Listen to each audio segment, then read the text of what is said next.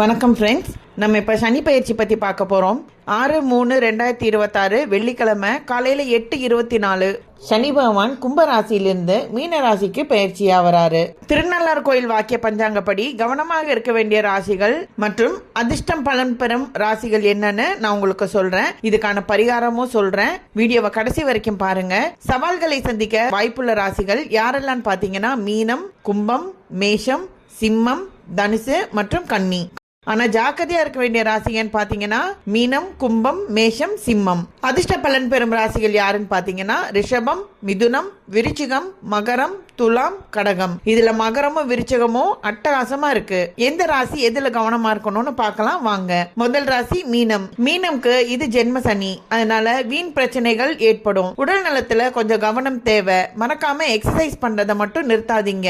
Exercise பண்றவங்களுக்கு இந்த சனி அவ்வளவு பிரச்சனை பண்ணாது. அலைச்சல்கள் நிறைய இருக்கும், ஆனா உழைப்புக்கு ஏத்த உயர்வு கண்டிப்பா இருக்கும். மீன ராசிக்கு 40% நல்லா இருக்கு. கும்பம் ராசி. கும்பமுக்கு இது பாத சனியா வருது, அதாவது 7 சனியோட கடைசி கட்டம்ல இருக்காங்க.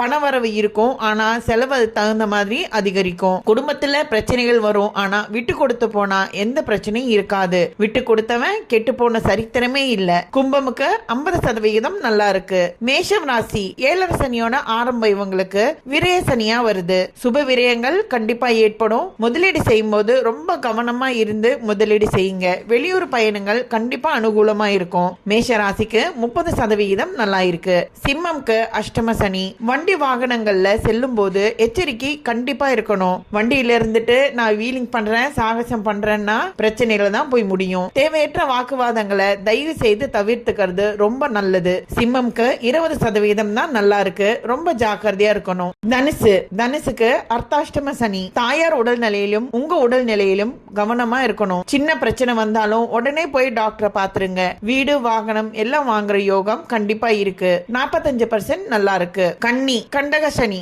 நெருங்கிய வர்க்க கிட்ட கருத்து வேறுபாடுகள் கண்டிப்பா வரும். தேவையில்லாத இடங்கள்ல பேசுறது அதெல்லாம் செய்யாம இருந்தீங்கன்னா ரொம்ப நல்லது. உங்க எண்ணங்களையும் வாக்கையும் கொஞ்சம் சுத்தமா வச்சுக்கிட்டீங்கன்னா உங்களுக்கு கொஞ்சம் பிரச்சனை குறையும். 25% தான் நல்லா இருக்கு. ரொம்ப ஜாக்கிரதையா இருக்க வேண்டிய ராசி கன்னி ராசி. இதற்கான பரிகாரங்கள் என்னன்னு உங்களுக்கு நான் கடைசியில சொல்றேன். வீடியோவை கடைசி வரைக்கும் பாருங்க. இப்போ அதிர்ஷ்ட பலன்கள் பெற ராசிக என்னன்னு பார்க்கலாம். ரிஷப ராசி. லாப சனி. தொட்டதெல்லாம் தொடங்கும். பொருளாதார வளர்ச்சி அபிரீதமா இருக்கும். அதனால நீங்க ஏதாவது வாங்கணும், வண்டி வாங்கணும், சொத்து வாங்கணும், தொழில் தொடங்கணும் ஏதாவது இருந்துச்சுன்னா இந்த டைம் நீங்க பிளான் பண்றது கரெக்டா இருக்கும். சனி பயிற்சி 80% உங்களுக்கு நன்மையை தரும். மிதுனம். கர்ம சனி, அதாவது தொழில் ஸ்தானம். தொழில் சம்பந்தப்பட்ட எதுவா இருந்தாலும் நீங்க இந்த டைம்ல பிளான் பண்ணீங்கன்னா நீங்க சக்சஸ் ஆக முடியும். தொழில் ஸ்தானம் வலுப்பெறும். பதவி உயர்வு, புதிய தொழில் வாய்ப்பு இதெல்லாம் உங்களை தேடியே வரும். உங்களுக்கு 85% நல்லா இருக்கு. விருச்சிகம். பஞ்சம சனி. இவங்களுக்கு அர்த்தாஷ்டம சனி போய் பஞ்சம சனியா வருது. மன நிம்மதி கண்டிப்பா கிடைக்கும். பூர்வீக சொத்து பிரச்சனைகள் எல்லாம் தீரும். 90% நல்லா இருக்கு.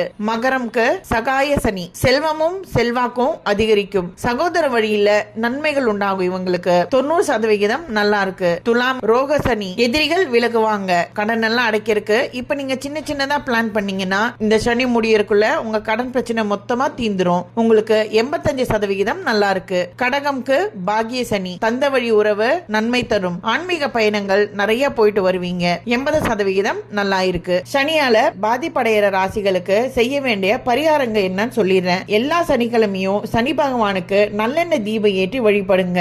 சன்னைக்கு ஓம் ஷூம் சனீஸ்வராய நமகன்ற மந்திரத்தை தினமும் சொல்லலாம், இல்லனா சனிக்கிழமைகள்ல சொல்லலாம். இன்னொரு மந்திரம் ஓம் காகத்வஜாய் வித்மஹே கட்கஹஸ்தாய் தீமஹி தன்னோ மந்த பிரச்சோதயா. இந்த மந்திரத்தையும் நீங்க தினமும் சொல்லலாம், இல்லனா சனிக்கிழமை சொல்லலாம். ஆதரவற்ற ஏழைகள், முதியவர்களுக்கு கண்டிப்பா எதையாவது உதவி பண்ணுங்க. முக்கியமா மாற்றுத்திறனாளிகளுக்கு நீங்க செய்யற உதவி, அதுவும் கால்ல பிரச்சனை இருக்கிறவங்களுக்கு நீங்க உதவி செஞ்சீங்கன்னா சனி பகவான் கண்டிப்பா உங்களுக்கு ஆசீர்வாதம் கொடுப்பார். உங்க மேல அவர் கொடுக்கிற கெட்ட பலன்கள் கண்டிப்பா குறையும். கருப்பு எள்ளு, கருப்பு துணி, இரும்பு இல்லனா கருப்பு உளுந்து இதெல்லாம் நீங்க தானம் செய்தீங்கன்னா ரொம்ப சிறப்பு. திருநள்ளாறு, குச்சனூர் போன்ற சனீஸ்வரன் கோயிலுக்கு சென்று வழிபாடு செய்துட்டு வாங்க. சனிக்கிழமை காகத்துக்கு கண்டிப்பா சாதம் வைக்கிறது ரொம்ப நல்ல பலன்களை தரும். காலையில் எழுந்த உடனே கொஞ்சம் அரிசி சாப்பாட்டுல தயிர் ஊத்தி 1 ஸ்பூன் கருப்பு எள்ள கலந்து காக்கைக்கு கொடுத்துருங்க. காக்கை அந்த சாதத்தை சாப்பிட சாப்பிட உங்க பிரச்சனைகள் நிறைய குறையும். சனிக்கிழமையில வர்ற சனி ஓரையில சிவபெருமானுக்கு வழிபாடு செய்யறது ரொம்ப நல்லது. ஏன்னா சனி பகவானுக்கு அவர் தான் குரு. அதே மாதிரி ஆஞ்சநேயரையும் கணபதியும் நீங்க எந்த அளவுக்கு போய் பார்த்து கும்பிடுறீங்களோ அந்த அளவுக்கு சனி பகவான் உங்களை தொந்தரவு செய்ய மாட்டாரு. அதனால சனிக்கிழமைகள்ல கணபதியை கும்பிடுறதும் ஆஞ்சநேயரை கும்பிடுறதும் ஒரு நாளும் விட்டுடாதீங்க. முடிஞ்ச வரைக்கும் இந்த பரிகாரங்களை கடைபிடிச்சு வந்தீங்கன்னா உங்களுக்கு இருக்க பிரச்சனைகள் எல்லாம் படிப்படியா குறைஞ்சு உங்களுக்கு பெரிய பாதிப்பு இல்லாம சனி பகவான் உங்களை பாத்துக்குவாரு. இது போன்ற நல்ல தகவலுள்ள வீடியோக்களுக்கு நம்ம சேனலை சப்ஸ்கிரைப் செய்யுங்க. அடுத்தது இந்த மாதிரி கருத்துள்ள ஒரு வீடியோல சந்திக்கலாம்.